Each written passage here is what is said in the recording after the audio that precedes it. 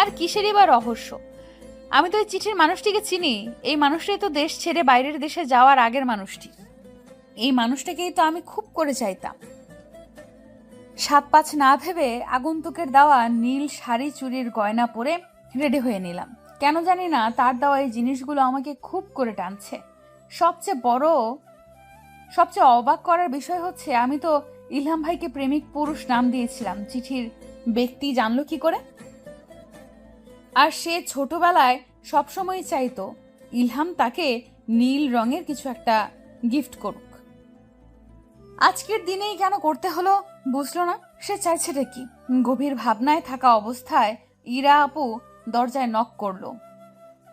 Box গুছিয়ে চোখের পানি মুছে দরজা খুলে দিলাম। বাহ ইলমা, তোকে তো বেশ দারুণ মানাচ্ছে। কবে কিনেছিস এই শাড়ি? আপুর কথা শুনে সত্যিই আমাকে সুন্দর লাগছে অন্য দিনের তুলনায়। কেমন যেন বউয়ের মতো। আপুকে ছোট্ট করে উত্তর দিলাম, এইখানে এসে কিনেছি, তোমাকে দেখানোর টাইম পাইনি, সরি গো। আরে সমস্যা নেই পাগলি, চল নিয়ে যা। নিচে নেমে এসে দেখি বরযাত্রীরা গাড়িতে উঠে গেছে। ইলহাম ভাই সামনের গাড়িতে, তাই আমি ইরা আপুর সাথে গাড়িতে উঠলাম। ওঠার সময় মা বাবাকে বলে উঠলাম তারা অন্য গাড়ি করে আসছে। বিরক্তিতে কপাল কুঁচকে আসে আমার, তাই হেডফোন বের করে গান চালিয়ে দিলাম। ইরা আপুর চিমটি খাওয়ায় আমার ধ্যান ফিরল। চিমটি তো অবশ্য জোরে দেয়নি, তবু হালকা একটু ব্যথা পেয়েছি। আপুর দিকে তাকাতেই দেখলাম আপু নেমে যাচ্ছে।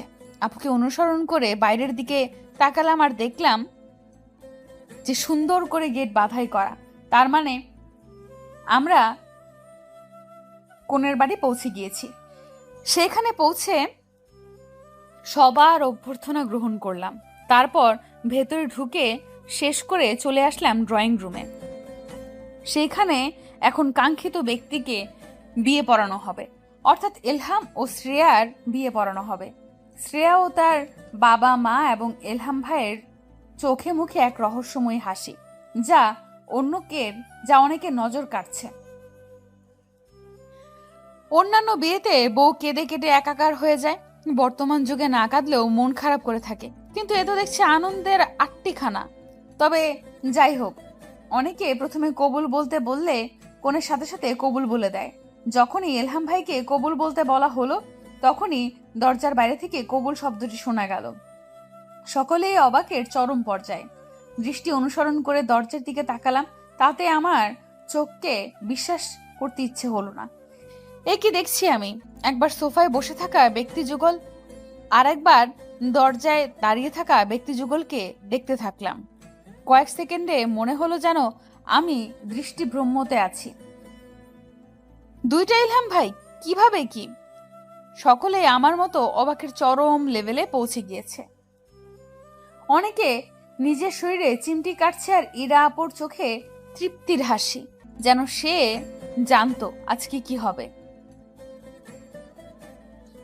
দরজায় দাঁড়িয়ে থাকা ইলহাম এগিয়ে আসলো, এসেই ইরিনা তালুকদারকে জড়িয়ে ধরলো আর বাচ্চাদের মতো মায়ের বুকে ঝাঁপিয়ে পড়লো।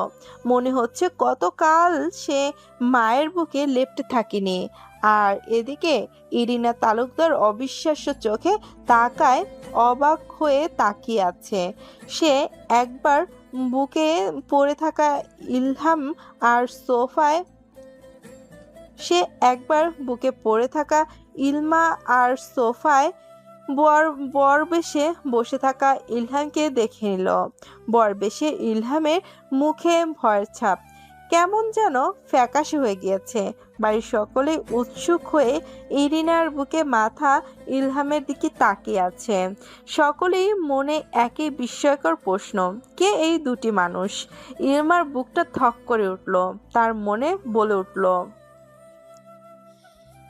এই সেই ব্যক্তি যাকে সে অসম্ভব ভালোবাসে ছোট থেকেই। এবার একটা বিষয় ভাবতেই থমকে গেলাম। সে কি হলো?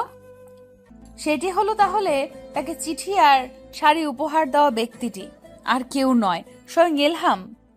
কিন্তু এলহাম এই মানুষটি হলে তাহলে সে কে? যে গত কয়েক বছর আমাদের সাথে আছে? নাকি এটা কোনো ফাঁদ? আমরা ফাঁদে পড়ে গেলাম না তো? নাকি আমাদেরকে বোকা বানানো হচ্ছে?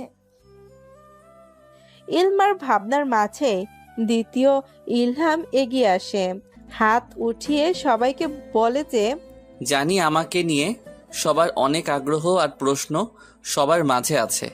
আস্তে আস্তে আমি সব ক্লিয়ার করে দিচ্ছি, তবে তার আগে আপন মানুষগুলোকে একবার পরখ করে নেই। এই বলে সবাইকে একবার একবার করে দেখে এগিয়ে গেল বর বেশে থাকা বরের নিকট। সে কিছু না বোঝার ফান করে চোখে মুখে বিস্ময় আনলেও তা যে মিথ্যা তা শুধু ইলহামই উপলব্ধি করতে পারছে। আর বাকিরা ভাবছে বেচারা ইলহাম কতটাই না নির্দোষ। তা মিস্টার আয়ুষ তালুকদার, ভালো আছো? ভালো থাকবেই বা না কেন? প্ল্যান মাফিক কাজ করছো, তবে তোমাকে অস্কার দেওয়া দরকার। কেন বলো তো? আমি বলছি কারণ হচ্ছে তুমি পারফেক্ট একটা অভিনেতা। আর এই যে শ্রেয়া ওরফে নিশিতা তালুকদার, তুমিও কম না। এই ঘাটের জল ওই ঘাটে ভালোই নিতে পারো। শ্রেয়া ভয়ার্ত চোখে ইলহামের দিকে তাকালো আর দেখলো ইলহাম নিজেই ভয় পেয়ে আছে। ইয়াসের দিকে তাকিয়ে লাভ নেই নিশি, তোদের সব কুকর্ম ফাঁস করে দেওয়ার সময় এসে গিয়েছে। তা তোরা বলবি নাকি আমি বলবো? ওপস, তুই করে বলে ফেললাম, কিছু মনে করো না প্লিজ ভাইয়া। দ্বিতীয় ইলহামের কথাগুলো শ্রবণ করতেই তার চমকে ওঠে। আয়ুষ তো ইরিনা আর ইরিশা তালুকদারের ভাইপো। তার ভাইপো তো এই ফ্যামিলিরই একজন। তবে কোনো এক গাড়ি দুর্ঘটনায় তারা মারা গিয়েছিল। তবে আয়ুষ কিভাবে বেঁচে আছে? নাকি এর পেছনে অনেক ফাঁদ আছে? আর নিশিতা ছিল ইলমার বড় বোন। সে তো তাদের সাথে বেড়াতে যাওয়ার অ্যাক্সিডেন্টের নাকি তার মৃতদেহ পাওয়া গিয়েছিল। তারপরেই সবাই নিশিতাকে মৃত হিসাবে জানে। তবে নিশিতা যে এইভাবে ফিরে আসবে কেউই তা খুনাক্ষরেও ভাবতে পারেনি। সকলের বোধগম্যর বাইরে এটি। ইরিনা তালুকদার এগিয়ে এসে বললেন, কে তুমি বাবা? আমার পরিবারের সম্পর্কে এত জানো? আমাকে চিনতে অসুবিধা হচ্ছে তোমার মা? তার ছেলের মতোই চেহারা দেখে থমকে গেলেন ইরিনা তালুকদার। বললেন, তোমাকে তো আমার ছেলের মতোই লাগছে, কিন্তু আমার ছেলে তো ওটা। আমি বা আমরা কেউই কিছু বুঝতে পারছি না। বলবে কি? কেন জানি না তোমার কথা শুনতে ইচ্ছে হচ্ছে। আর জানো, তুমি যখন আমাকে জড়িয়ে ধরলে আমি অদ্ভুত কিছু অনুভব করলাম। মনে হলো তোমার সাথে আমার নারীর টান আছে। কে বাবা তুমি? আমি তোমার ইলহাম মা। ইলহামের বাবা তেড়ে আসেন। এই কে তুমি? ছেলে? আমার ছেলের মতোই দেখতে, তাই বলে কি আমার ছেলে হয়ে যাবে? কে তুমি? ইলহাম শান্ত গলায় উত্তর দিতে যাবে, তখনই বর বেশে থাকা ইলহাম বলছে, সেই তখন থেকেই তো তোমার নাটক দেখছি। প্রথমে তো আমাকে যা নয় তাই বললে, আর এখন বলছো কি? আর আমাকে আয়ুষ কেন বলছো? আমি ইলহাম। ইলহাম বাবার দিকে শান্ত দৃষ্টিতে তাকিয়ে উত্তর দিল। আমি তোমারই ছেলে বাপজান। ইলহামের মুখে বাপজান শুনে এক দফা অবাক হলেন তিনি। এই ডাকটা সে গত 5 বছরে শুনতে পায়নি। ছেলে বাইরে থেকে এসেছে, সেখানেরও নিয়ম আছে, সে কারণেই হয়তো তাকে আর সেরকম ডাকে না। এই ভেবে তিনি ব্যাপারটা ছেড়ে দিতেন। কিন্তু ঠিক এই ডাকটা ইলহামের মুখে শুনে তিনি বেশ অবাক হয়েছেন। তারও এই ছেলেটিকে বিশ্বাস করতে হলো। তাই তিনি বললেন, তোমার যা বলার আছে বলো, আমরা শুনছি। ইলহাম বলতে শুরু করলো, আমি ইলহাম তালুকদার কোনো এক প্রেয়সীর সাথে অভিমান করে কানাডায় গিয়েছিলাম, কিন্তু সেখানে দেখা হয় মানুষরূপী এক জানোয়ারের সাথে। বন্ধুত্বটা প্রথম দিকে ভালো চললেও হঠাৎ একদিন আমার পরিচয় জানতে চাইলে আমি সব বলে দেই, আর তারা আমার এই সুযোগটাই কাজে লাগায়। আয়ুষের পরিচয় তখনও অজানা ছিল। সেখানে আয়ুষ ভিন্ন নামে থাকতো, আর ওকে ছোটবেলায় দেখায় আমার বোধগম্য হয়নি। আয়ুষ আমার সাথে আরো বেশি মিশতে লাগলো, আর আমিও ভাবলাম সত্যিকারের বন্ধুরা এরকমই করে থাকে। আয়ুষের ক্ষেত্রেও তেমন, তবে তার কুকাজ সম্পর্কে ধারণা ছিল না আমার, আয়ুষ ভালো মানুষের মুখোশ পরে থাকলেও সে ছিল একাধারে ড্রাগ ব্যবসায়ী, স্মাগলিং করে, নারী পাচার, অবৈধ ব্যবসা আরও অনেক কিছু। যেদিন পড়াশোনা শেষে আমার দেশে ফেরার কথা, সেদিন আমার গাড়ির ড্রাইভার আমাকে অন্য এক অপরিচিত জায়গায় নিয়ে এসে গাড়ি নষ্ট হওয়ার বাহানায় সেখান থেকে চলে যায়। পরে আমাকে কিছু লোক গাড়িতে জোর করে বসিয়ে হাত বেঁধে চোখও বেঁধে দেয়। আমি সিআইডি ট্রেনিং প্রাপ্ত হওয়ায় অনেক আগেই কিছু একটা আন্দাজ করেছিলাম, তবে এরকমটা হবে সেরকম চিন্তা মাথায় আনিনি। বোকা দলেরা আমার ব্যাপারে জানতো না আমি ডিজাইনিংয়ের নাম করে সিআইডি টিম নিয়ে কাজ করি, সেটা সৎ ব্যক্তিরাই জানে। তাই সেখানে বসেই আমি ছক কষতে শুরু করেছিলাম। আমাকে কিডন্যাপ করে একটা জায়গায় নিয়ে যাওয়া হয়। জায়গাটা আমার পরিচিত ছিল, কারণ যেখানটায় আমি বাংলাদেশের সবচেয়ে বড় স্মাগলারের হুদেশ পাওয়ার হিন্ট পেয়েছিলাম। আমি চাইলেই সেখানকার ছেলেপেলেদের শুইয়ে দিতে পারতাম, কিন্তু আসল প্লেয়ারকে খুঁজে পাওয়া আমার দরকার ছিল। তাই অপেক্ষা করছিলাম। তারা গাড়িতে আসতে আসতেই আয়ুষের ব্যাপারে অর্ধেক বলে দেয়, যে আমি সহজেই বুঝতে পারি যে এই সেই স্মাগলার। কিন্তু আমার সাথে তার কোনো প্রকার শত্রুতা নেই, তাহলে সে কেন আমাকে ধরে নেবে? আজব। তারপর তারা আমাকে 2 দিন যাবৎ না খাইয়ে রেখেছে। এগুলোই ভাবছিলাম, কিন্তু হঠাৎ কারোর কথোপকথন শুনতে পেলাম। বস, মালটাকে তো তুলে আনলাম। আপনি বাংলাদেশ থেকে আসছেন কখন? ওকে বস, আপনার কথা মতো খাবার দিচ্ছি।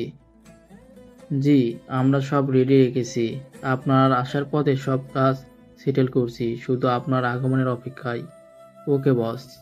তারা তাদের বসের কথা মতো আমাকে কিছু খাবার এনে দেয়। আমি খাবারের দিকে তাকিয়ে ওদের জিজ্ঞাসা করলাম, আমাকে বেঁধে রাখার মানে কি?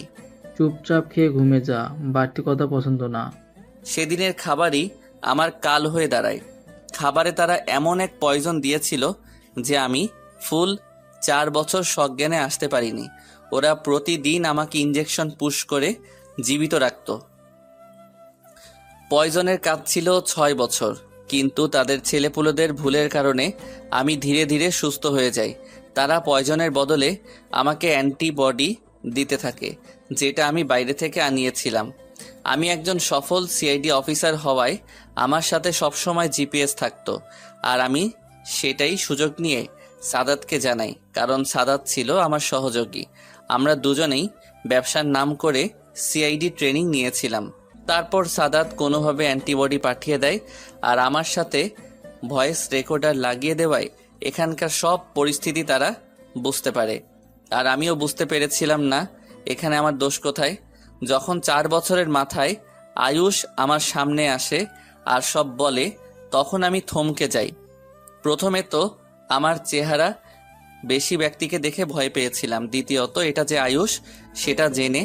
আয়ুষ আসার 2 দিন আগে একটা ছেলের থেকে শুনতে পেরেছিলাম আয়ুষকে নিয়ে অহংকার করতে, আর তখনই জেনে যাই আয়ুষই কুখ্যাত স্মাগলার। আর আয়ুষের থেকে এটা জানার পর আরো ঘাবড়ে গেলাম এই শুনে যে সে আমার পরিবারে আমার পরিচয় থাকছে। কারণ জিজ্ঞাসা করলে সে বলে ওর বাবা মা এর মৃত্যুর পেছনে নাকি আমার পরিবারের হাতে হয়েছে।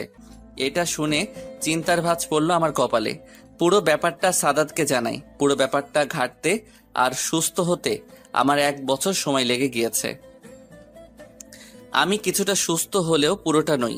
পয়জনের অ্যাফেকশন এখনো কিছু আছে। আমার জায়গায় অন্য একটা লোককে প্লাস্টিক সার্জারি করে আমার মতো করে পাঠিয়ে দেয় সাদাত।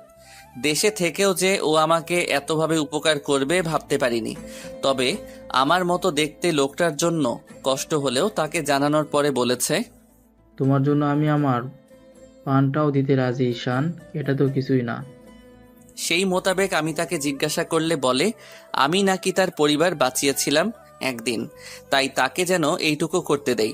আয়ুষ আমাকে চলে যাবার পর বলে রুমে যেন কেউ না ঢুকে, সেটাই বড় সুযোগ হয় আমাদের। তারাও প্রয়োজন ছাড়া আসে না। তবে অবাক হয় এই যে সেদিনের পর আয়ুষ তাদের সাথে একটা কথাও বলেনি। তারা ভাবতো আমি বেশি আনাপ পাগল। বর্তমান ফ্ল্যাশব্যাক। তার কথার মাঝে আয়ুষ তেড়ে আসে ইলহামের দিকে, কলার ধরতেই নিতেই বলে, তুই যে ফবিদের মৃত্যুর জন্য আমাদের পরিবারকে দায়ী করেছিস, একবার খতিয়ে দেখেছিস? তুই তো স্মাগলার ছিলি, চাইলেই সব জানতে পারতি, কিন্তু করিসনি। বিশ্বাসঘাতক ফুপাকে বিশ্বাস করেছিস। ফুপা ছিল অত্যন্ত লোভী। তিনি লোভের বশে কত মেয়েকে ফাঁসিয়েছে, তার কোনো হিসাব নেই। দ্বিতীয় ইলহাম প্রথম ইলহামের দিকে তাকিয়ে থেমে যায় আর বলে, আমার কথা শেষ হয়নি আয়ুষ। কণ্ঠ এতটাই দৃঢ় ছিল যে আয়ুষ থেমে গেল। ইলহাম দরজার দিকে তাকিয়ে সাজাদকে ইশারা করতে এক মহিলাকে নিয়ে ঘরে ঢুকলো। এক অজ্ঞাত ব্যক্তি। মহিলাকে দেখে উপস্থিত সবাই অবাক, যেন ভিন্ন গ্রহের কোনো এক এলিয়েন তিনি দেখছেন। ইলহাম তার দিকে তাকিয়ে বলে, বাকিটা তুমি বলো, আমি হাঁপিয়ে গিয়েছি। অজ্ঞাত মহিলাটি এগিয়ে আসলো আর ইলমার বাবার দিকে তাকিয়ে বলল, এসে গেছি ভাই তোদের সব সর্বনাশ করতে। তিনি আবার এগিয়ে এসে বলতে লাগলেন, সেদিন অ্যাক্সিডেন্ট হয়েছিল ঠিকই, তবে সেটা এমনি এমনি হয়নি, করানো হয়েছে। সেটা করেছে ইলমার বাবা। সে আমার ভাই হয়ে এটা করবে সেটা ভাবতে পারিনি। আমজাদ আর ইফনান মিলে করিয়েছিল, কারণ ছিল আমার অটল সম্পত্তি। ভাই হয়ে যে এই কাজটা করবে সেটা ভাবতে পারিনি। হ্যাঁ, আমি ওর সৎ বোন, তবুও ছোটোবেলায় কখনো তোদের অন্যভাবে দেখিনি। তোরা আমার আপনজন, আমার কাছে তোমরা সম্পত্তি চাইতে আমি তোমাদের নির্দ্বিধায় দিয়ে দিতাম, কারণ আমি সম্পত্তি চাইনি, ভালোবাসা চেয়েছিলাম।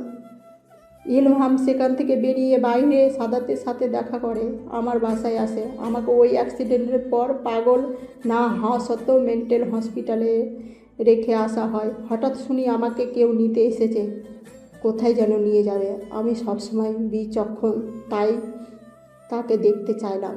তারপর সাদাতকে দেখে আমি অবাক হই। যেখানে আমাকে মৃত্যু ঘোষণা করা হয়েছিল 3 বছর আগে, সেখানে আমাকে খুঁজে বের করা সাদাতের কাম্য নয়। তবুও এত ভাবনার মাঝে সাদাতের সাথে বের হলাম। তারপর আমার চিকিৎসা করি, সেখানে বন্দোবস্ত করে সাদাত আবার দেশে ফিরে আসে, যাতে কেউ সন্দেহ না করে ওকে।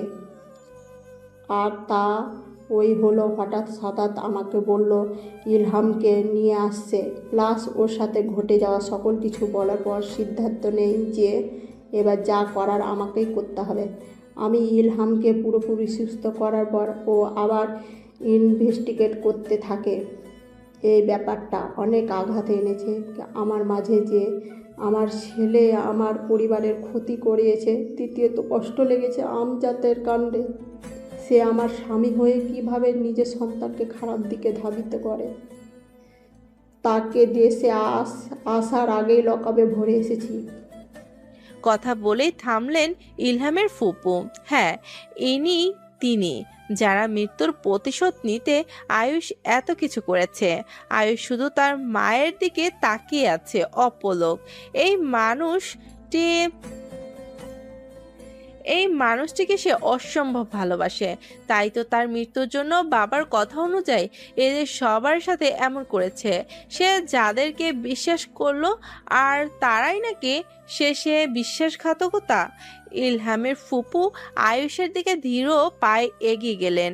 আয়ুষের গালে হাত রেখে বলল, ইলহামের মতো হওয়াটা কি উচিত ছিল বাবা? মানে?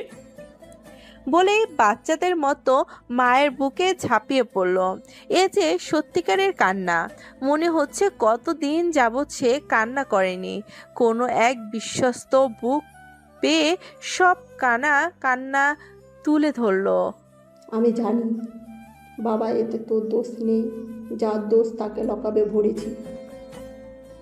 এবার নিজেকে শুধরে ফেল।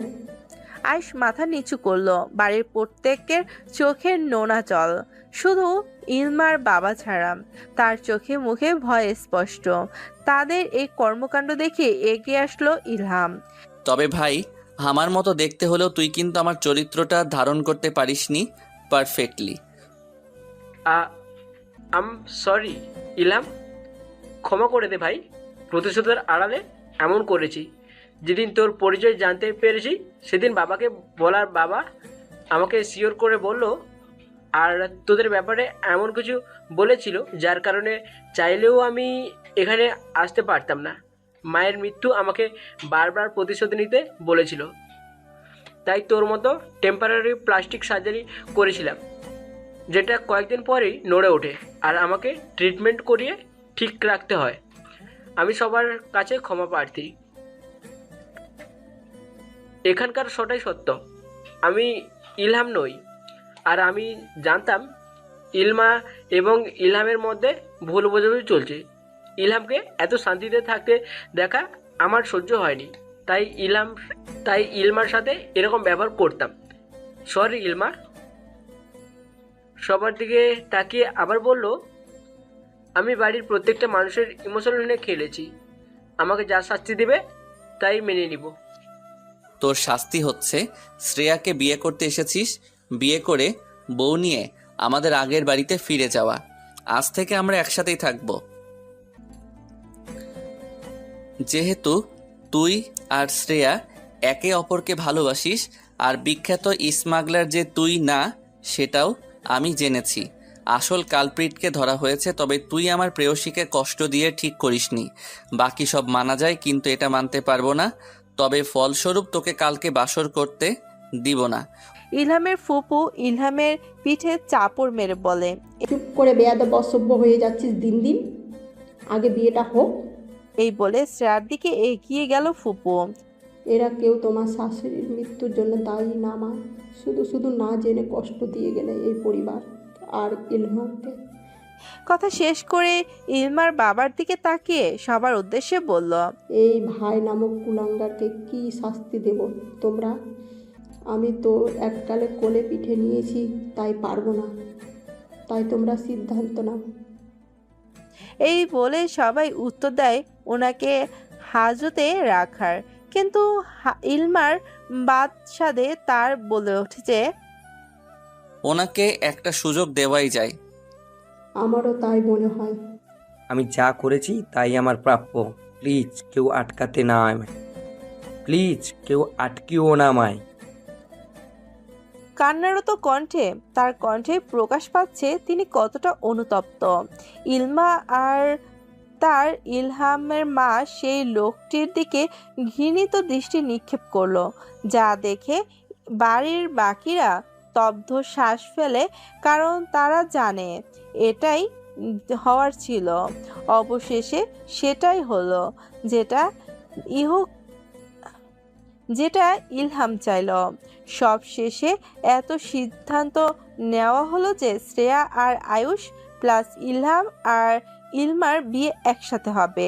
লাল বেনারসি পরে বিছানার এক কোনায় গুটিসুটি মেরে বসে আছে ইলমা। ইলহামের আসার নাম নেই। তখনকার কথা শুনে ইলমার মুখ লজ্জায় রং হয়ে উঠল। ফ্ল্যাশব্যাক। আমিও যেহেতু নিজের পায়ে দাঁড়ানো, তাহলে আমার বিয়েটা বাকি রাখছো কেন তোমরা? ইলহামের ঠোঁট কাটা কথায় মুহূর্তে হৃৎপিণ্ড অস্বাভাবিকভাবে লাফাতে শুরু করলো। ইলহাম এখন কাকে বিয়ে করবে এই মুহূর্তে উত্তর আসে। আমি ইলমাকে বিয়ে করব, আর এক্ষুনি। কাজী সাহেব, আগে আমার বিয়ে, তারপর ওর বিয়েটা পড়ান। বাড়ির সবার মুখে স্তিমিত হাসি। ইলহামই যেন বাড়ির প্রাণ। সব সময় হাস্যোজ্জ্বল চেহারা 5টি বছর পর দেখে তৃপ্তির হাসি হাসলো। আর এদিকে ইলমা লজ্জায় মুখ লুকালো, জায়গাটি পর্যন্ত পায়নি। তবে কবুল পড়ার সময় মায়ের সম্মতি পেয়ে সেও কবুল বলে দেয়। এ যেন এক জীবন পাল্টানোর নতুন গল্প। বর্তমান ইলমার ভাবনার মাঝে উপস্থিত হলো ইলহাম। ইলমা কারো উপস্থিতি টের পেয়ে মাথা তুলে তাকাতেই সে লজ্জা পেয়ে গেল। এ যে ইলহাম আজকে লাল পাঞ্জাবি পরেছে, যাতে তাকে অসাধারণ লাগছে। ইলমার ক্রাশ খাওয়ারই মাঝেই। ভারী জামা পরে এভাবে বসে থাকবে নাকি? আমি ফ্রেশ হয়ে আসলেই তুমি উঠে এসে ফ্রেশ হয়ে নাও। ইলহামের মুখে তুমি ডাক শুনে থমকে গেল, কারণ এই নাম তাকে কখনো তুমি বলে ডাকেনি। অবাক হওয়ার কিছুই নেই, তুমি এখন আমার বিবাহিত স্ত্রী। তুমি বলেই অভ্যাস করাটা উচিত। অবশ্য তুমি তো আগে থেকেই তুমি করে বলো। ইলমা লজ্জায় মাথা নুয়ে ফেলে। সে তার ভালোবাসা এত তাড়াতাড়ি পেয়ে যাবে কখনোই ভাবেনি। ইলমার লজ্জায় মাখা মুখ দেখে ইলহাম কাবার থেকে তার জামা নিয়ে ওয়াশরুমে গেলে মুখে স্মিত হাসি নিয়ে ফ্রেশ হয়ে ধূসর রঙের একটা টি শার্ট আর ট্রাউজার পরে আসলো। ইলমা উঠেই ইলহামকে দেখলো। সে সেদিকেই না তাকিয়ে জামা কাপড় নিয়ে ওয়াশরুমের দিকে অগ্রসর হলো। যেহেতু তারা মাই ঘরে জামা আগ থেকে রেখে গিয়েছে আর তারা ইলহামের আগের ঘরটিতে আছে, ওয়াশরুমের দিকে পা বাড়ানোর সময় ইলহাম ইলমার হাত খপ করে ধরে ফেললো, বলল, 5 বছর পর তোমাকে দেখছি আমি, এমনিতেই তো তৃষ্ণা মিটবে না। আজকে আর কোনো বাধা শুনবো না।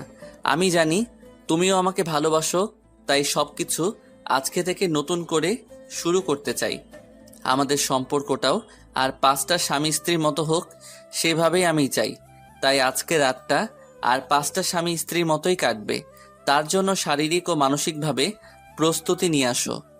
বলেই মুগ্ধতার সাথে মুচকি হাসলো, যে চোখ মিশে আছে ইলমার না দেখার তৃপ্তি।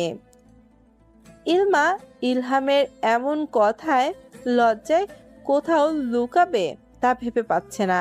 তাই সে তাড়াতাড়ি করে ওয়াশরুমের দিকে চলে গেল। তা দেখে হাসিতে ফেটে পড়ল ইলহাম। ইলমা বাইরে থেকে এলামের শব্দে হাসি শুনতে পাচ্ছে আর সে ভিতরে লজ্জায় লাল হয়ে যাচ্ছে। এ কেমন এলহাম ভাইকে দেখছি সে, তাও আবার নাকি সে সিআইডি অফিসার। প্রায় আধা ঘন্টা হয়ে যাওয়ার পরেও যখন ইলমা ওয়াশরুম থেকে বের হলো না, তখন ইলহাম বিরক্তি মাখা কথা মুখ থেকে বের করলো। আজকে কি ওখানে থাকবে? আমি কি কাঁথা বালিশ এনে দিব? ইলহামের হুঙ্কারে ইলমার বাইরে চলে আসলো। বাইরে এসে ইলহামকে দেখতে গেলে সে কাঁপাকাঁপি শুরু করলো। তা দেখে ইলহাম মুচকি হাসলো। তুই তো ছোটবেলায় আগে আমার সাথে ঝগড়াই না পারলে থুতু স্যাপ মেরে দৌড় দিতি। এখনো যদি সেরকমটা মনে করিস তাহলে কিন্তু হবে না। ইলমা কিছু বলতে যাবে তার আগে ইলহাম তাকে বুকে জড়িয়ে নিল। ইলহামের বন্ধনের শব্দ খুব স্পষ্টভাবে কাছ থেকে শুনতে পাচ্ছে। তার শব্দ শুনে ইলমা হৃৎপিণ্ড পাল্লা দিয়ে শব্দ করছে। জানো, তুমি যখন অ্যাক্সিডেন্ট করেছিলে তখন মনে হয়েছিল আমার বেঁচে থাকার আর কোনো রাস্তা নেই। পরে তোমাকে রক্ত দেওয়ায় তুমি সুস্থ হয়েছো, আর তোমার শরীর এখন আমার রক্ত বইছে। ইলমা এক প্রকার অবাকই হয়। তার মানে তাকে যে রক্ত দিয়েছিল সে ইলহাম।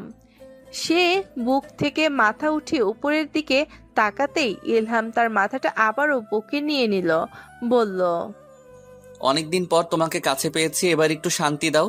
ইলহামের মাখা কণ্ঠ আর নেশালো চোখে দুটোকে সে উপেক্ষা করতে পারল না। সেও আর তাকে বাধা দিল না। সেও চায় এই সম্পর্কটা আর 5টা স্বামী স্ত্রীর মতোই হোক। দুটি ভালোবাসা এক হয়ে গেল আজ শরীর ও মনে। তাদের সুখী জীবন এইভাবে কাটুক। রিয়েলি বোন, বাসর ঘরে যে বউ পাল্লা দিয়া কাইজা করে এটা আমি জানতামই না। ভাগ্যিস আজ তোরে দেখলাম। আর ওইদিকে যাই দেখ, ইলহাম ভাই কত কি কইরাল আমারে থুইয়া, আর তুই এখন নাটু শুরু করছস। তুমি আমার সাথে বেইমানি করেছো সাদাত ভাই। ভাল করছি তোর সাথে। ওই দিন যদি ওর সাথে ওই রকম বিহেভ না করতাম তাহলে আয়ুষ আমাদের অনেক বড় ক্ষতি করত। সে তো তখন প্রতিশোধের উন্মোদনায় ছিল, যার কারণে সে আমার ঘরেও সিসিটিভি লাগিয়ে দিয়েছিল। আমি চাইলেই তা সরিয়ে ফেলতে পারতাম, কিন্তু ও বুঝে যাবে যে আমি ওর ব্যাপারে সব জানি, তাই ওর সাথে ওরকম বিহেভ করছিলাম। এবার তোমার চাই, আর এখন তো কোনো বিপদ নেই আমাদের, তাহলে কেন এরকম করছিস? কথাটা বলেই সাদাত ইরাকে জড়িয়ে ধরতে যাবে, অমনি ইরা বলে ওঠে, হইছে বোন, এখন তুই বাংলা সিনেমার ডায়লগ মারিস না যে শয়তান তুই আমার দেহ পাবি কিন্তু মন পাবি না। পরক্ষণেই সাদাত নিজের মুখে সিরিয়াস ভাবে না বলল, ঠিক আছে, তোর যেহেতু আমার সাথে থাকতে ইচ্ছে নেই, থাকতে হবে না। আর তুইও মনে হয় অন্য কাউকে ভালোবাসিস, তাই আমার কাছে ধরা দিলে তোর এত সমস্যা। যদিও আমার তোর উপর সব অধিকার আছে, কিন্তু আমি অন্য পুরুষদের মতো কাপুরুষ হতে পারবো না। বলেই সোফার দিকে এগিয়ে বালিশ আর কাঁথা নিয়ে শুয়ে গেল। আর ইরা হত বিহম্বল চাহনি দিয়ে ইলহামের দিকে তাকিয়ে রইল, যেখানে সে কোনো ছেলের দিকে চোখ দেয়নি শুধু তার জন্য, আর সে কিনা তাকে এটা বলতে পারলো। ইরার প্রচণ্ড রাগ পেল, তাই সে সোফাতে সাদাতের উপর ধারাম করে শুয়ে গেল। হঠাৎ আক্রমণে সাদাত ভয় পেয়ে গেল। পরবর্তী তার পেয়সীর বাচ্চামো দেখে তাকে দু বাহুতে জড়িয়ে নিল। ইরাও বাচ্চাদের মতো গুটিয়ে রইল সাদাতের নিকট। এই মানুষটিকে সে অসম্ভব ভালোবাসে। অবশেষে সাদাতও চাহিদা বাড়তে লাগলো, আর ইরাও বাধা দিল না। তাদেরও ভালোবাসা আজ পরিপূর্ণভাবে পূর্ণতা পেল। আয়ুষ আর শ্রেয়া পাল্লা দিয়ে খাচ্ছে। যদি শ্রেয়া উইন হয় তাহলে আয়ুষকে সে সব অধিকার দেবে, আর নয়তো 1 মাসের জন্য আয়ুষকে তার থেকে দূরে থাকতে হবে। এরকম আজব শাস্তির কারণ আয়ুষের ক্ষমতা থাকার পরেও কেন দিন দিন খারাপ কাজ করে গিয়েছে ও? প্লাস ও যে তার মামাতো ভাই, সেটা কেন বলেনি আগে? মিষ্টি রোদের ঝলমলে দিনে 3টি পবিত্র সম্পর্ক শুরু হলো। রান্নাঘরে দাঁড়িয়ে একসাথে 3 নববধূ দাঁড়িয়ে আছে, জামদানি শাড়ি পরে মাথায় ঘোমটা দিয়ে। আর এদিকে বাড়ির বড়রা তোড়জোড় করছে। একটু পরেই তাদের 3 জনেরই বড় এক যুদ্ধ আছে, আর সেটা হলো বাড়ির সর্বলোক সামনে তাদের নিজস্ব দুধ ভাত বরকে খাইয়ে দেওয়া। অথচ 3 বরের মধ্যে শুধু শ্রেয়ার বর উপস্থিত, আর বাকিরা সবাই পড়ে পড়ে ঘুমাচ্ছে। ইরিশা তালুকদার তাড়া দিয়ে বলল, ইলহামের ফুপি। কিরে ইলমা, ইলহামকে ডেকে দিয়ে আয়। আমি যাব। তো আর কে যাবে? আমি যাই, সাদাত ভাই যাক। না না, ও যাবে কেন? তোর জামাই তুই যা। আমার জামাই এখানে বসে বসে শুধু আমাকে দেখবে। যা। না বোন, আমার বউয়ের কথাই শেষ কথা। ও যখন বলেছে তার মানে না। আর তোর সমস্যা কোথায়? কাল রাতে ইলমা জানে এই লাগাম ছাড়া সাদাত ওকে লজ্জা দিয়ে মারবে, আর তার থেকে ভালো ইলহামকে তুলে আনা। ইলমা দরজার কাছে পৌঁছাতে এক পলক দরজা খুলে বাইরে থেকে ইলহামকে দেখে নিল। কাল রাতের কথা মাথায় আনতে মুখশ্রীতে লজ্জাভাব ফুটে ওঠে। কিভাবে সে ইলহামের সামনে যাবে? এত লজ্জা পাওয়ার কি আছে? যা লজ্জা তো কালকেই সব খেয়ে নিয়েছিস। এখন ঢং না করে রুমের ভেতরে ঢোক। ইলহামের গলার আওয়াজ পেয়ে ইলমা জমে গেল, মনে মনে আওড়ালো, আমি না যাই, সাদাত ভাই যাক। ভাইয়া তুমি কি যাবে না? হচ্ছে যাচ্ছি আমি। সেইখানে যেখানে বাঘের ভয় সেখানেই সন্ধ্যা হয়। অসভ্য নির্লজ্জ একটা। তোমার তাও তো সেটা তোমারই।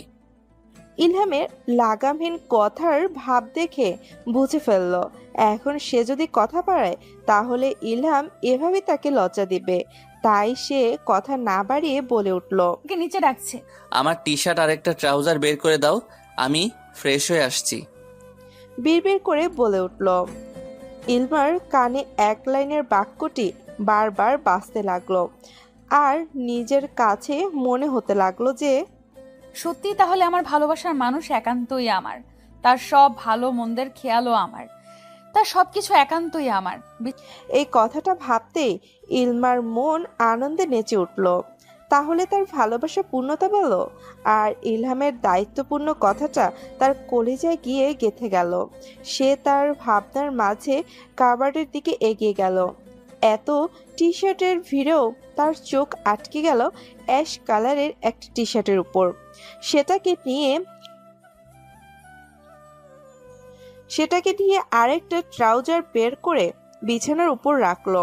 সেটার সাথে টাওয়ালটাও নিল, আর বলে উঠল, বিছানার উপরে কাপড়গুলো রেখে গেলাম, তাড়াতাড়ি নিচে আসো। একটু শব্দ করে বলে উঠল যেন ইলহাম শুনতে পায়। এ কথা বলে ইলমার প্রস্থান ঘটল। আর এদিকে ইলহাম ফ্রেশ হয়ে বাইরে এসে দেখে তার জামা কাপড় রেডি। তার ঠোঁটের কোণে ফুটে উঠল এক মুচকি হাসি। সে আনন্দে তা পরে নিচে নেমে আসলো। এসে দেখলো সবাই উপস্থিত।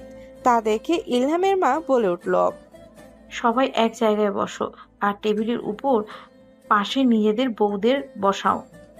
সবাই কথা মতো বসে পড়ল। তাদের সামনে এনে দেওয়া হলো দুধ মাখা ভাত। ঢাকনা উঠিয়ে প্রথমে শ্রেয়া না মাখিয়েই আয়ুষের মুখে ধরলো। এতে সবাই অট্ট হাসিতে ফেটে পড়ল। আর তা দেখে শ্রেয়া ঠোঁট উল্টালো আর বলল, আসলে আমি আগে কখনো এসব করিনি তো। আসলে আমি এসব কখনো করিনি বা অভ্যস্ত না। তা দেখে ইরিনা বললেন, পারো না তো কি হয়েছে, শিখে নেবে। আমরাই তো। ইরিনা তালুকদারের এমন শাস্তিমূলক কথা শুনে শ্রেয়া বুক ভরে শ্বাস নিল। যাই হোক, সে এত কিছু করার পরেও বাড়ির সবাই আয়ুষ সহ খুব নর্মালি ভাবে মেনে নিয়েছে। সে ইরা আর ইলমাকে অনুসরণ করে সে ভাত মাখালো। অপরদিকে ইরা আর ইলমা যত্ন সহকারে দুধ আর ভাত মাখিয়ে দুজনের দিকে তুলে ধরলো আর দুজন টুপ করে মুখে নিল। ইলমা কাজ না পারলেও যে টুকটাক কাজ করতে পারে আর ইরা তো সব ধরনেরই কাজই করতে পারে, সেখানে দুধ ভাত খাওয়ানো তো কোনো ব্যাপারই না। অবশেষে এই পর্ব শেষ করে তিন দম্পতিরা স্বস্তির শ্বাস ফেলল আর সিদ্ধান্ত নিল বিকাল দিকেই তারা ঘুরতে বের হবে, তাও আবার তিনজন একসাথে। কিন্তু কে জানতো এই পবিত্র দিনের কাল হয়ে দাঁড়াবে বিকেলের ঘুরতে যাওয়া। এক কালবৈশাখী ঝড় জীবনে নেমে আসলো। বর্তমান চোখের পানি মুছতে মুছতে অতীত মনে করছিল ইলমা। কেন তার সবাই মিলে ঘুরতে বের হলো? আজ ঘুরতে বের না হলে এই দিন দেখতে হতো না। হ্যাঁ, ইলমা এতক্ষণ অতীতেই ছিল। অতীত মনে করা শেষ করে চোখ দুটো বন্ধ করে রইল। খুব ক্লান্ত সে। এই মুহূর্তে কোনো এক শক্ত কাঁধের দরকার তার। সে যে হাঁপিয়ে গিয়েছে। তবে ইলমা জানে যে পুরো পরিবারকে অ্যাক্সিডেন্ট করানোটা কাকতালীয় হতেই পারে না। অনেক ভেবেছে সে, অনেক ক্লান্ত সে। 4 দিনে তার চেহারায় এক ফ্যাকাশে ভাবটাও চলে এসেছে। আর আসবেই বা না কেন, যেখানে তার প্রিয়জনেরাই তার কাছে নেই। সুন্দর একটা সংসার শুরু করার আগেই তছনছ হয়ে গেল। সে আর কাঁদবে না। সবার সুস্থতার মাঝে তাকে এই বিষয় নিয়ে ইনভেস্টিগেশন করতে হবে। সবার সুস্থতার মাঝেই তাকে এই বিষয় নিয়ে ইনভেস্টিগেশন করতে হবে।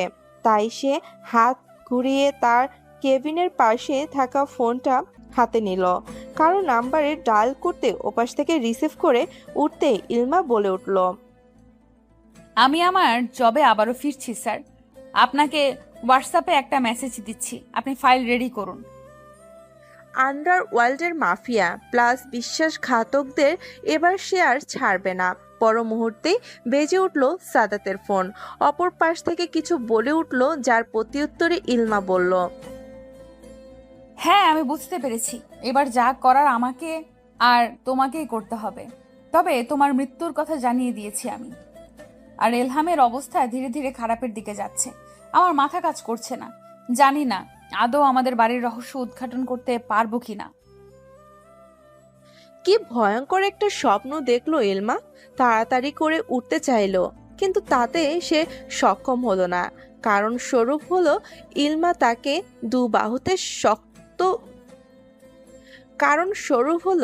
ইলহাম তাকে দু বাহুতে শক্ত করে জড়িয়ে ধরে রেখেছে। ইলহামকে এভাবে দেখে স্বস্তির শ্বাস ফেলল ইলমা। ভাগ্যিস এটা তার স্বপ্ন ছিল, সত্যি হয়নি। এই অনেক। হ্যাঁ, ইলমা এতক্ষণ অ্যাক্সিডেন্টের স্বপ্নই দেখছিল। তবে সে যে স্বপ্নে গোয়েন্দাগিরি করেছে এটা ভেবেই তার প্রচুর হাসি পেল। যে নাকি নিজের চিন্তায় পারে না, সে নাকি উদ্ঘাটন করবে রহস্য। হাস্যকর ছাড়া আর কিছুই না এটা। ঘড়িতে তাকিয়ে দেখে রাত 3টা বাজে। সত্যি বলতে তারা পার্কে ঘুরতে গিয়ে অনেক মজা করায় রাতে ক্লান্ত হয়ে বাসায় ফিরে এসে ঘুমিয়ে যায়। কিন্তু ইলহামের কাজ থাকায় সে তখন আসতে পারেনি। ইলহাম কখন বাড়িতে ফিরে সেটা তার খেয়ালে ছিল না। তবে এটা ভেবে তার অনেক শান্তি লাগলো যে ইরান তাকে জড়িয়ে ঘুমাচ্ছে। সে আর কিচ্ছুটি ভাবল না। ভোর শীতে গুটিয়ে গেল ইলহামের বুকে।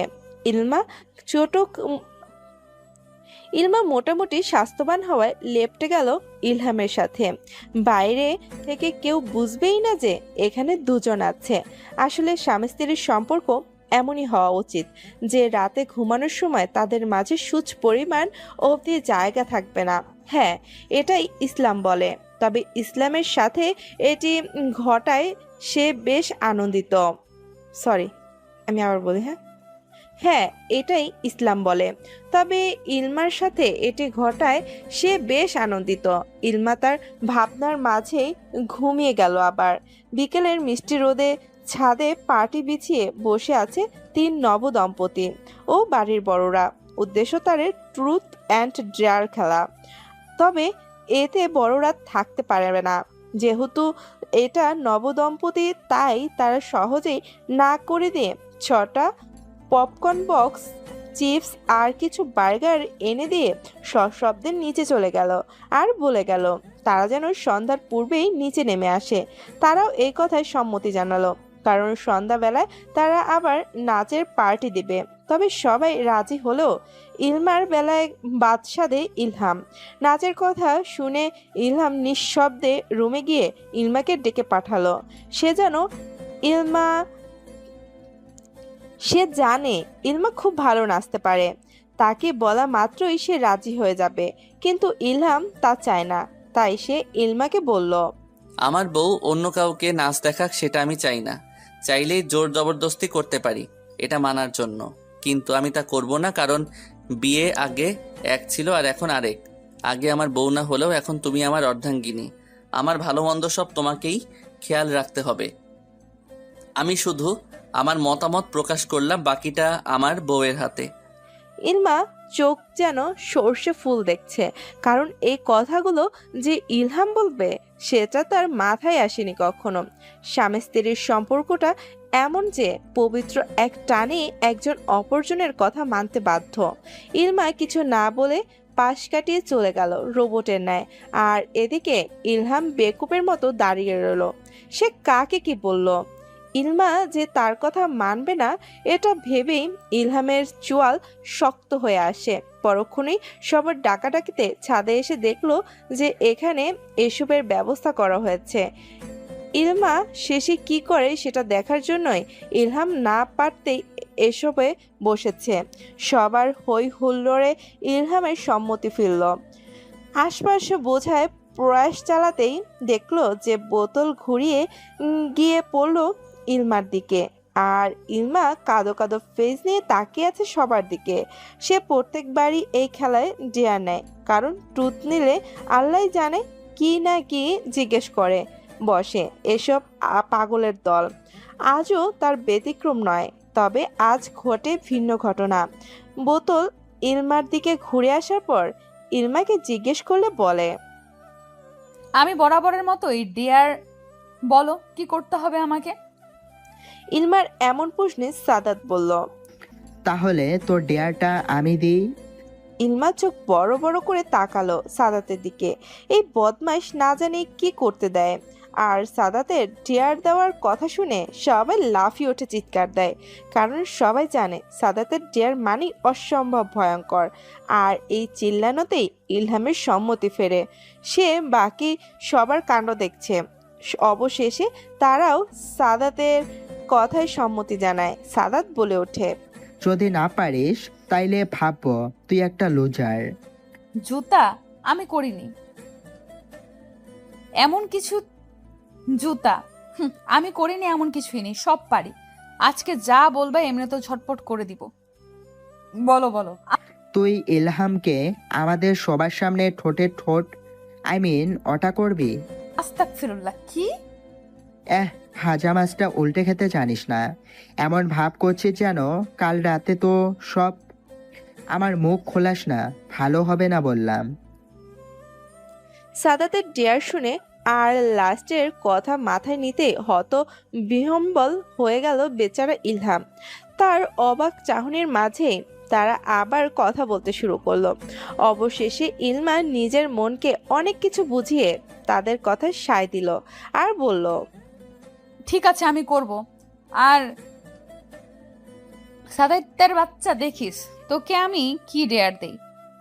এই বলে ইলমা ইলহামের দিকে অগ্রসর হলো। কুয়াশায় ঘেরা শুভ সকাল। ইলহামের হাত ধরে হাঁটছে ইলমা, গায়ে চাদর জড়িয়ে, আর মনে মনে ভাবছে কিভাবে দিনগুলো পেরিয়ে গেল। দেখতে দেখতে কেটে গেল 10টি বছর। সুখ দুঃখের মধ্য দিয়ে তারা দিনগুলো কাটিয়েছে। কেউ কখনো কাউকে ছেড়ে যায়নি।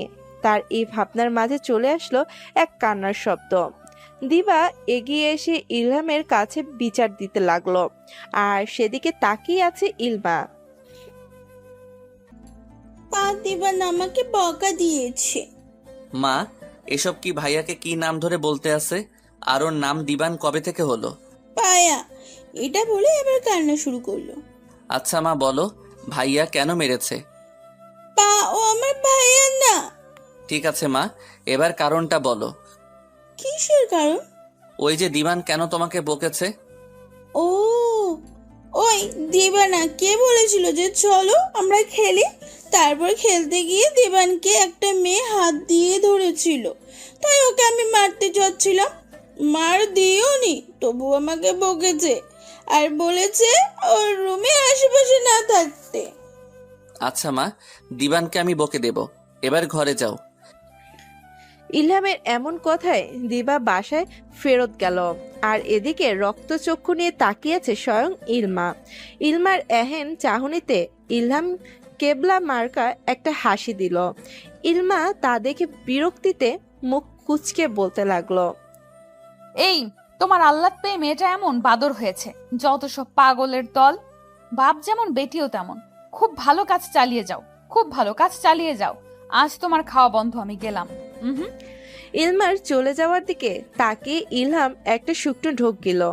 আজকে ভাত খাওয়া বারণ মানে তাই। ইলহাম শান্তভাবে বাগানে রাখা দোলনায় মনে রাখা আর চিন্তা করতে লাগলো অতীত। সেদিন বিকেলে ইলমা তার ডেয়ার পূরণ করেছিল। একে একে সবার ডেয়ার পূরণ করার পর তারা ঘরে ফিরে আসে। আসার পরপরই শুরু হয় নাচের ফাংশন। যখন ইলমার পালা এলো, ইলমা হঠাৎই জ্ঞান হারালো। পাশেই ইলহাম দাঁড়ানো থাকায় সাথে সাথে ইলমাকে ধরে নিল, তারপর নিয়ে তাদের ঘরে শোয়ালো। চোখে পানি ছিটে দেওয়ায় ইলমার জ্ঞান ফিরল। পাশেই ইলহামকে দেখে সে জড়িয়ে ধরল। তাদের এই মুহূর্তটি বাড়ির সবার চক্ষুগোচর হতেই লজ্জায় সে ঘর থেকে বেরিয়ে গেল। ইলহাম সেদিকে না তাকিয়ে ইলমাকে জিজ্ঞেস করলো, কি হয়েছে?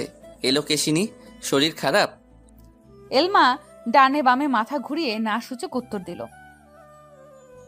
তাহলে হঠাৎ জ্ঞান হারালে যে? আসলে তখন তো নাচের জন্য আমাকেই বলা হতো, আর তুমি তো না করেছিলে, তাই আমি সেটা থেকে বাঁচতেই নাটকটা করলাম। ও তাই? আর কোনো কথা না বলে ইলমাকে বুকে জড়িয়ে নিল ইলহাম। ইলমাও তার সাথে লেপ্টে গেল। এরকম কিছু সময় তাদের অতিবাহিত হলো। হঠাৎই ইলহাম ইলমাকে ছেড়ে দিয়ে উঠে দাঁড়ালো, উঠে বাইরে গেল। প্রায় 5 মিনিট পর রুমে ফিরল। রুমে এসে দরজা লাগিয়ে লাইট অফ করে ডিম লাইট চালিয়ে দিল। ইলমা জামা মুখ ইলহামকে দেখাতে চায় না, তাই সে সেদিকে তাকায়নি। কিন্তু হঠাৎ পেটের মধ্যে ভারী কিছু অনুভব করতেই উৎস খুঁজতে পেটের দিকে তাকায়। তার অধরে অমায়িক হাসি ফুটল। ইলহাম পেটে মুখ গুজে শুয়ে আছে। হঠাৎই ইলমা বুঝতে পারল যে তার পেটের দিকের শাড়ি আলগা হয়ে আসছে। ইলমা যা বোঝার তা বোঝা হয়ে গিয়েছে। তবে এখন যে ইলহামকে আটকানো ঠিক হবে না, তাই সে অসম্মতি দিল না। আবারও তারা দুজনকে ভালোবাসলো নতুন রূপে। এভাবে অতিবাহিত হয়ে যায় তাদের 10টি বছর। তাদের কোলে আজ 2 সন্তান, ইয়ানান তালুকদার শুদ্ধ আর দিবানী তালুকদার দিশা। শুদ্ধ 8 বছরের আর দিশা 6 বছরের। তারা এখনো আগের মতোই একত্রে বসবাস করে। তবে এখানে সবচেয়ে দুঃখের কথা হচ্ছে শ্রেয়া আর আয়ুষের কোনো সন্তান হয়নি। ডাক্তার জানায় যে আয়ুষ কোনো দিনই বাবা হতে পারবে না, কারণ স্বরূপ ছিল সে অক্ষম। ইরা আর সাদাত ভাইয়ের এক ছেলে দেবান তালুকদার মুগ্ধ, যাকে তার মেয়ে নিজের বর হিসেবে সবাইকে জানায়, অথচ পুচকি একটা মেয়ের সেদিকে কোনো খেয়ালই নেই যে সে কত বড় কথা বলে। আর তার এহেন আচরণে মুগ্ধ বরাবরই বিরক্ত। আজও তার ব্যতিক্রম নয়। আজও অন্যদের সামনে মুগ্ধকে নিজের স্বামী হিসেবে পরিচয় দিয়েছে, আর সে কারণেই মুগ্ধ তাকে বকেছে। দিবাকে যতই বোঝানো হয়, দিবা কখনোই তা বোঝার চেষ্টা করে না, উল্টো রেগে যায়। তবে দিবা অনেক জেদি, যা বলে তাই করে। তার মেয়ের নাম দিবানী হলেও সবাই দিবা বলেই ডাকে। দিবা তালুকদার বাড়ির একমাত্র মেয়ে। হ্যাঁ, ইলহাম আর ইলমার মেয়ে ছাড়া আর কারোর মেয়ে হয়নি। ইলমার ভাইও দেশের বাইরে সেটেলড, তার এক ছেলে। তবে তার সেদিনকার লজ্জা পাওয়া বউ নাকি আজ তাকে ধমকায়। এই দুঃখের কথা ভেবে সে কান্নায় ভান ধরে তখনই ভেসে আসে এক চিৎকার। মাম্মাম মাম্মাম, দেখো বাবা রাস্তায় যাওয়া মহিলাকে থেকে কান্না করতে। মাম্মা। চুপ বেয়াদব, বাপের সাথে হারামি, আগে আমার কথা শোনো। এই তাহলে আগে চকলেট দাও, নয়তো যাচ্ছি। দাঁড়া দাঁড়া, এই নে, যা ভাগ। বাবার এই কথায় শুদ্ধ চলে গেল সংদর্পণে। ইলহাম মাঝে মাঝে নিজেকে মনে করে এক ভিন গ্রহের মানুষ, কারণ এবারে শুদ্ধ আর দিবার কারণে তাকে কথা শুনতে হয় ইলমার কাছ থেকে। মেয়ে আসে বাবার কাছে বিচার নিয়ে, আর ছেলে আসে কোনো কিছুর বাহানায় চকলেট নিতে। আর সে কারণেই যে কোনো বিপদ থেকে উদ্ধার পাওয়ার জন্য ইলহাম পকেটে সব সময় একটা দুটো চকলেট রাখে। সেদিনে ইলহামের আজ কি বেহাল দশা ভাবতেই তার কপাল ফাটানোর ইচ্ছে করে। দেবায়ান তালুকদার মুগ্ধ আমি, তোর মতো পিচ্চিকে বিয়ে করবো আমি? আমি পরে বড় হব তো। পরে বড় হলেও কি, আমি তো আমার এলোকেশনীকেই বিয়ে করব। এই লোকেশনে আবার কি? তোর বাবাকে জিজ্ঞাসা করিস, যা এখন বাঘ। আচ্ছা এটা বলো যে তোমার এই লোকেশনে থাকে কোথায়? তোকে কেন বলবো? বলো না প্লিজ। আম আচ্ছা এটা বলো, তুমি কি কাউকে ভালোবাসো? উফ, দিবা যাবি না আগে বলো। বললে কি করবি? মজা করছি না, আমি সিরিয়াস। বললে আর ডিস্টার্ব করব না। আরে বাস, ভূতের মুখে রাম রাম। না আগে বলো, বলো না তুমি কি কাউকে ভালোবাসো? তুমি যদি কাউকে ভালোবাসো তাহলে আমি আর তোমাকে বিরক্ত করব না। ওরে আমার সিরিয়াসের বস্তা, যাবি? দিশা বেশি হয়ে যাচ্ছে। 11 বছরের মুখদের গলার আওয়াজে চিৎকারে পরিণত হয়। আমি ভালোবাসি আমার এলোকেশনীকে, যার নখের যোগ্য তুই না। সারাদিন কানের কাছে জ্ঞান জ্ঞান করা মেয়ে না ও, অনেক শান্ত, যেরকমটা আমি চাই। আর তুই সারা বাড়ি টই টই করে বেড়াস, ভালো তো, তাও আবার আমাকে ডিরেক্ট বিয়ের কথা বলিস। এইটুকুনি মেয়ে মুখে এইসব, তোর মতো মেয়েকে বিয়ে করাও পাপ। আমি এই সকল বিহেভিয়ার ঘৃণা করি। ভাগ্যিস তুই এই বাড়ির মেয়ে, তাই চাইলেও কিছু বলতে পারি না, নাহলে এতদিন ঘাট ধাক্কা দিয়ে বের করে দিতাম তোকে। আমি সত্যি তোকে সহ্য করতে পারি না। আর যেখানে আমি অন্য কাউকে ভালোবাসি সেখানে তোর আসার কোনো প্রশ্নই আসে না। আর আমি যাকে ভালোবাসি মাম্মাম আর পাপাই বিয়ে ঠিক করে রেখেছে, তাই আমার ওকে না পাওয়ার চিন্তা নেই। বলে থামলো মুগ্ধ। এবার হয়েছে? তাহলে এখনো দাঁড়িয়ে কেন আছিস? যাচ্ছি। হ্যাঁ যা, আর কোনোদিন আমার চোখের সামনে যেন না দেখি। আর তুই তো দ্য গ্রেট দিবা, তুই অন্তত তোর কথা রাখতে জানিস। দিবার চোখ থেকে গড়িয়ে পড়ছে নোনা জল। সে এতগুলো কথার জন্য মোটেও প্রস্তুত ছিল না। সে তো ভেবে রেখেছিল অন্য আরেকটি। চোখের জল পড়ার আগে রুম থেকে চলে গেল দিবা। রুমটা সাউন্ড প্রুফ হওয়াতে কারোর কানেই এসব যায়নি। দিবার এখন উদ্দেশ্য বাবার রুমে। বাবা এই লোকেশনে মানে কি? মেয়ের এমন কথায় বেশি অবাক হলেন না ইলহাম। এলোকেশনই হলো আমাদের সবচেয়ে প্রিয় আর কাছের মানুষকে বলি। ইলহাম কোনো ভনিতা ছাড়াই বলে ফেলল, কারণ দিবার কাছে কোনো কথা লুকানো মানে পরবর্তীতে তার চোখে খারাপ হয়ে যাওয়া, যেটা ইলহাম হতে চায় না। আচ্ছা বাবা, আমার একটা কথা রাখবে? কি মা বলো? মেয়ের কাঠিন্য চেহারা দেখে সেও সিরিয়াস হলো। বলো না বাবা। আসলে বাবা, তোমাকে এটা রাখতে হবে, প্রমিস। আচ্ছা মা, প্রমিস। বলো এবার। আমি কানাডা যেতে চাই। কি এই বয়সে কানাডায়? কেন বাবা? আমি পড়াশোনার জন্য যাব। তাছাড়া সেখানে সাফান চাচু আর বড় মা তো আছে। কিন্তু কোনো কিন্তু না, হয়তো সময় লাগবে 1 বছরও বেশি। তাও তুমি করো। ততদিন আমি এই একটা বছর আমাকে আরশি খালামণির বাসায় থাকতে দাও প্লিজ। আমাদের ছেড়ে যাওয়ার কারণ? সাময়িক সময়ের আঘাত আমি নিজেকে দিতে পারবো না, আর এতে তোমাদের কষ্ট হলো। আই এম সরি পাপা। আর তোমরা যেমনটা চাও তোমার দিবা ঠিক তেমনটা হয়েই ফিরে আসবে। সব তো বুঝলাম, পাপাকে এভাবে একা রেখে যাবি? পাপার প্রিন্সেস তো একটাই, সে প্রিন্সেস ছাড়া থাকবে কি করে? পাপা, তুমি কি চাও তোমার প্রিন্সেস কষ্ট পাক? একদমই না। তাহলে আমাকে যেতে দাও প্লিজ। ওকে মা। Love you papa. অন্যদের পাপারা এতে অনেক রিয়াক্ট করতো, আর তুমি অনায়াসে রাজি হয়ে গেলে। কারণ আমি জানি আমার প্রিন্সেস যা সিদ্ধান্ত নেবে তা ভালোর জন্যই। ঠিক আছে, তাহলে তুমি মাম্মামকে ম্যানেজ করে নিও। কেটে গিয়েছে 18 বছর। 1-2টি নয়, 18টি বছর। তেমন দিবাকে ছাড়া নির্ঘুম রাত কাটিয়েছে ইলমা আর ইলহাম।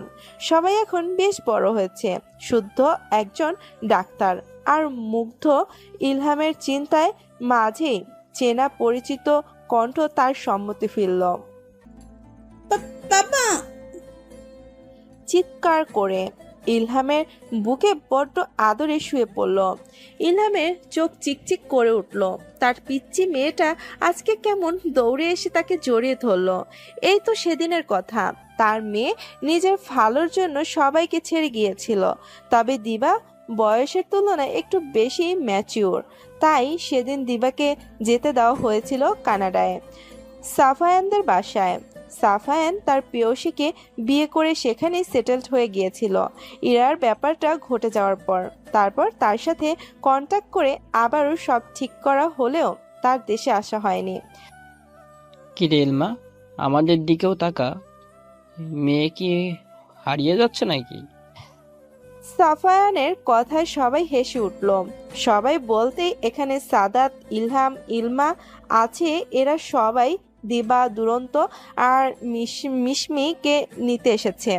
18 বছর সময় পার করে দিবা এবার চূড়ান্তভাবেই দেশে ফিরেছে, সেই সাথে সাফায়ান আর মিশমি। তাদেরও এক ছেলে, নাম দুরন্ত তালুকদার।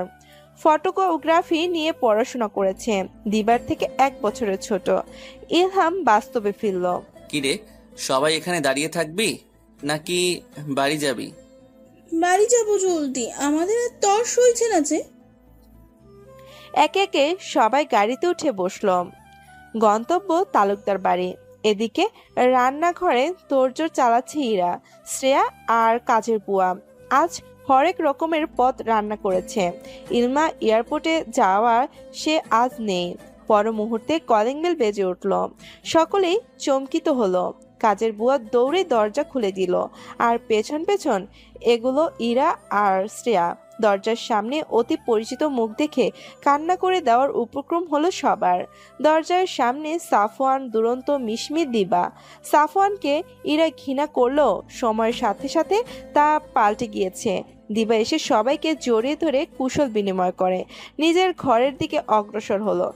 এতদিন ভিডিও কলে যোগাযোগ রাখা কারোর ক্ষেত্রে কোনো অসুবিধাই হয়নি।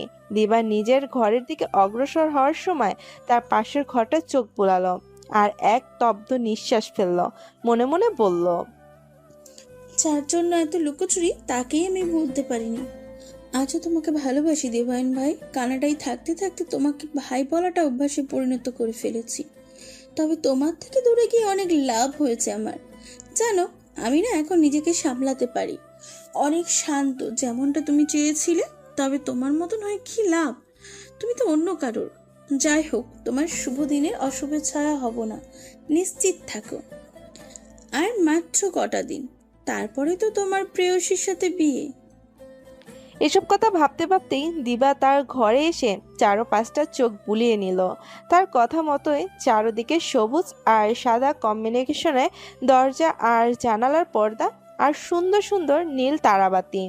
সে এসব দেখে তার হাত ব্যাগটা বিছানায় রেখে সাদা সবুজের টি শার্ট আর পাজামা নিয়ে ওয়াশরুমে ঢুকলো।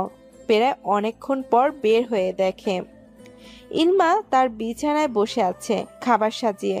সে তার মাকে মিষ্টি একটা হাসি উপহার দিয়ে খেতে শুরু করে আর মায়ের সাথে জমানো কথা জুড়ে দেয় আর জানতে পারে দেওয়ান নামকরা একজন গায়ক বর্তমান। চোখ দিয়ে গড়গড় করে পানি পড়ছে। অতীতকে বর্তমানে আনার প্রয়াস চালাচ্ছে একজন 18 বছরের তরুণীর বয়স 35-এর কোঠায় পা দেওয়ায় তখন তার শরীরের এখন এর দূরও কি পড়ি 18 বছরের তরুণীর বয়স 35-এর কোঠায় পা দেওয়ায় তখন তার শরীর এর ও পরিবর্তন ঘটেছে। হ্যাঁ, এটাই দিবা। সে এখনো বিয়ে করেনি। সে আজও ভালোবাসে তার প্রিয়তমকে। সেদিন তার দেওয়ান মুগ্ধ ঠিকই বিয়ে করেছিল, সেই সাথে স্বাভাবিক জীবন। সে তো ভেবেছিল কল্পনার মতো তার প্রিয়তম তাকে ছেড়ে দিবে না, কিন্তু তা হয়নি। বেমালুম ভুলে বসেছিল তার প্রিয়তম যে তার এলোকেশনে নিয়ে ব্যস্ত। তবে সেদিনকার বিয়ের দিন মুগ্ধর সাথে দেখা হলেও কথা হয়নি দিবার। কেন জানি না, ইচ্ছে হয়নি তার। মনে হয়েছে অন্যের জিনিসকে কেড়ে নেওয়া হবে এই ব্যাপারটি। তবে বলতেই হয়, বাড়ির সবার সাথে মেলামেশা হলেও মুগ্ধের সাথে তার কোনো কথাই হয় না। সেটা বাড়ির সকলের চোখে পড়ে, কিন্তু কেউ কিছু বলার সাহস পায় না। বলবেই বা কিভাবে? একটা মেয়ে যে ভালোবাসার দহনে নিজেকে পুড়াচ্ছে, ছোটকাল থেকে নিজেকে সামলানোর জন্য যে নিজেকে আড়াল করেছিল, সে সত্যিই তা পারেনি। আর এদিকে তার প্রিয়তম এর সুখের সংসার দেখে নিজেকে আটকে রাখতো অনেক কষ্টে। দিন শেষে 1 বছর পেরিয়ে যখন খবর আসলো মুগ্ধর চিহ্ন তার আর তাদের ভালোবাসার প্রতীক আসছে, সেদিন আর নিজেকে আটকে রাখতে পারেনি দিবা। ঈশিতা তার মামার মেয়ে, যে তার সকল কিছু ছোট থেকে কেড়ে নিয়েছে, শেষ পর্যন্ত তার প্রিয়তমকেও কেড়ে নিয়েছে। মুগ্ধর চোখে দিবার কার্যক্রম পড়ে না। সে যে মহা ব্যস্ত তার এলোকেশনীকে নিয়ে। মুগ্ধ দিবাকে দেখেও পাত্তা দেয় না। তালুকদার বাড়িটা কেমন যেন ফ্যাকাশে হয়ে গিয়েছে। বাড়ির মানুষগুলোর মধ্যেও পরিবর্তন এসেছে। দিন শেষে একা হয়ে পড়ে রইল ইলমা আর ইলহাম, কারণ তাদের মেয়ে আবার একা থাকার সিদ্ধান্ত নিয়েছে। সম্মতি না দিলে জানায় সে মরে যাবে। তাই অনিচ্ছা থাকার পরেও যেতে দেওয়া হয়েছিল দিবাকে। আর ইলমা আর ইলহাম শুদ্ধর সাথে দেশের বাইরে চলে যায়, কারণ শুদ্ধ তার চাকরি সেখানে পাওয়ায় ওখানে থাকতে ব্যস্ত। তার কিছুদিন পর দিবাকেও সেখানে থাকতে বলা হয়। তবে সব ঠিক থাকলেও ঠিক হয়নি তালুকদার বাড়ির সম্পর্ক। এলোকেশনী নামের মতোই সব এলোমেলো হয়ে গেল। শেষের কথাটুকু ইলমা দীর্ঘশ্বাস ফেলে বলল, ইস, যদি দেওয়ান ভাইকে না ভালোবাসতাম তাহলে সবাই কত সুখী হতো। আমার জন্য সব এলোমেলো হয়ে গেল, তাই না? আজ তাকে ভালো না বাসলে তোমরাও তোমাদের মেয়ে, নাতি, নাচ জামাই, মেয়ের সংসার সবার সাথে থাকতে পারতে, কিন্তু আমি সব খেটে দিলাম, ঠিক তাই বলো? মায়ের কোলে শুয়ে কথাগুলো বলছে দিবা। ইলমা আজকাল চোখে কম দেখে। তার প্রেমিক পুরুষও যে তার এলোকেশনীকে ছেড়ে পরপারে চলে গিয়েছে কয়েক বছর আগে, তারও দিনক্ষণ ফুরিয়ে এসেছে যে। আর এই বয়সে মেয়ের এহেন কথা কি বলবে খুঁজে পায় না ইলমা। তবে আমি সারা জীবন এইভাবে আমার দেবান ভাইকে ভালোবেসে যাব, হোক না সে অন্য কারোর। আমার কল্পনায় সে একান্তই আমার। জানো মাম্মাম, ওকে নিয়ে আমার কত স্বপ্ন, ইচ্ছে ছিল, কিন্তু এখন আমার স্বপ্নরা ইচ্ছেগুলোর আমাকেই পাল্টা জিজ্ঞাসা করে, কি রে তোর স্বপ্নরাজ কোথায়? দেখেছিস, বেশি আশা করতে নেই, বেশ হয়েছে তোর সাথে। কথাগুলো বলেই ডুকরে কেঁদে উঠল দিবা। তার প্রিয়তম ভালো থাকলেও সে ভালো নেই। প্রিয়তম চাইলেই তাকে সুখ দিতে পারত, বরং দেয়নি, দিয়েছে লাঞ্ছনা। আজ তার বাবাটাও নেই। দাদা দাদি কবেই চলে গিয়েছে সবাইকে ছেড়ে। নানা নানিও তার ব্যতিক্রম না। আজ আমি একা, বড্ড একা, ঠিক ওই বিশাল আকাশের এক ফালি ছাদের মতন। বিরহে গা ভাসিয়ে দিলাম। বাস্তবতা দিয়ে হাঁটলে আর এরকম হতো না আমার দিনগুলো। মা মেয়ের কথার মাঝেই কানে ভেসে আসলো আজানের মধুর ধ্বনি। তা শুনে দুজনেই উঠে দাঁড়ালো। জীবনে তো অনেক পাপই করেছে, এবার না হয় পরকালের চিন্তা হোক। দিবা তার মাকে ধরে ধরে ওয়াশরুমে নিয়ে গিয়ে নিজেও অজু করে এসে একসাথে নামাজ পড়ে নিল। মোনাজাতে অঝরে কাঁদলো। নামাজ শেষে ইলমাকে বিছানায় বসিয়ে উঠে এসে বাইরে তাকিয়ে দেখলো গোধূলি লাল আভায় আকাশটা বেশ দেখাচ্ছে। সে আনমনে বলে উঠল, এইভাবে কত গোধূলি তোমার সাথে কাটানোর কথা ছিল দেওয়ান ভাই। তবে ব্যাপার না, একা একাই গোধূলি থেকে একদিন আমি নিজেই হারিয়ে যাব। তুমি তো রোজ তোমার এলোকেশনীকে নিয়ে হয়তো এটাই উপভোগ করো, রাত শেষে তার বুকেই ঠাঁই করে নাও। আফসোস থাকবে এই ক্ষুদ্র জীবনে আল্লাহকে ছাড়া পাশে কাউকে পাইনি, আর না পেয়েছি তোমার ভালোবাসা। আজ আমি শান্ত, ঠিক তোমার মনের নেই, তাও তুমি নেই। ভালো থেকো আমার প্রিয়তম। আমার মায়ের ভালোবাসা পূর্ণতা পেল, আমারটা পাইনি। আমার বাবা যেমন সব নারীর ভালোবাসা উপেক্ষা করে তার এলোকেশনীকে বেছে নিয়েছে, এখানে তুমিও ব্যতিক্রম নয় আমার প্রিয়তম। ভালোবাসি তোমার এইরকম ভালোবাসার ব্যক্তিত্বকে, ভীষণ রকম ভালোবাসি। হ্যাঁ, আমি তোমার অস্তিত্ব ধারণকারী, তোমার অর্ধাঙ্গিনী হতে চেয়েছিলাম, কিন্তু বাস্তবে আমি নই, অন্য নারী। কিন্তু কল্পনা ঠিকই এমন। এর জন্য অবশ্যই আমার কল্পনায় পরীরা আমাকে নিয়ে ঠাট্টা করে, তবে এতে আমার ভ্রুক্ষেপ নেই, কারণ ভালোবাসা যে পবিত্রতা ছাড়া আর কিছুই নেই। কথাগুলো বলতে বলতে জানালার গ্লাস লাগিয়ে দেয়, কারণ শীতের কুয়াশা ইতিমধ্যে এসে ভিড় জমিয়েছে আর বেশ ঠান্ডাও লাগছে। তাই কাবার থেকে কাপড় বের করে মাকে পরিয়ে দিয়ে নিজেও পরে নিল। হালকা কিছু নাস্তা বানিয়ে খেয়ে নিল দুজন। এ বাসায় তারা দুজন ছাড়া আর কেউ নেই। শুদ্ধরাও ও সময়ে তালে তালে আলাদা হয়ে গিয়েছে অন্য জায়গায়, আর তারা এই বয়সে যাবেই বা কোথায়? সেজন্য এই ভাড়া বাসায় থাকে। তারা এর টাকা অবশ্য ইলহামের পেনশন আর দিবার ব্যাংক ব্যালেন্স দিয়েই চলে যায় মাস আর বছরগুলো। আর দিবা ও ইলমা বর্তমানে পর্দায় থাকার চেষ্টা করে। যথাযথ রাত হয়ে এলো। ঘড়িতে তাকিয়ে দিবা বুঝতে পারে 11টা বাজে। এখন যে তার ঘুমের সময়, তাই ল্যাপটপ রেখে উঠে দাঁড়ালো। সে তার প্রিয়তমের ছবি দেখছিল, কিন্তু 11টা বেজে যাওয়ায় উঠে দাঁড়ালো। বিছানায় তাকিয়ে দেখলো বিছানার পাশে রাখা চশমাটার সামনে তার মা শান্তির ঘুম ঘুমাচ্ছে। চেহারাটায় বয়স্কতার ছাপ। তা দেখে মৃদু হাসে দিবা। তারও একদিন সময় আসবে এমন, কিন্তু দেখার কেউই থাকবে না। দীর্ঘশ্বাস ফেলে এগিয়ে গেল আলমারির দিকে। নীল ডায়েরির পাশে ভাঁজ করে রাখা জিনিসটি খুব যত্নের সহিত বাইরে আনলো। নীল ডায়েরির দিকে তাকিয়ে মুচকি হাসি ফুটিয়ে মনে মনে আওড়ালো, পাপার দেওয়া সেরা গিফট মামামের জন্য। সে টি শার্টটি নিয়ে ব্ল্যাঙ্কেট নিতে গেল। নিচে তাকিয়ে দেখলো হাজারো রঙের বাতিরা ভিড় জমিয়েছে। আসলে কানাডা শহরটাই এমন। সে আর না ভেবে টি শার্টটা বুকে জড়িয়ে নিল। পরম আবেশে চোখ বুজে মনে মনে বলে উঠল, প্রিয় মানুষ ছাড়াও জীবন চলে যদি সে থাকতে না চায়। I am realized that way very smoothly.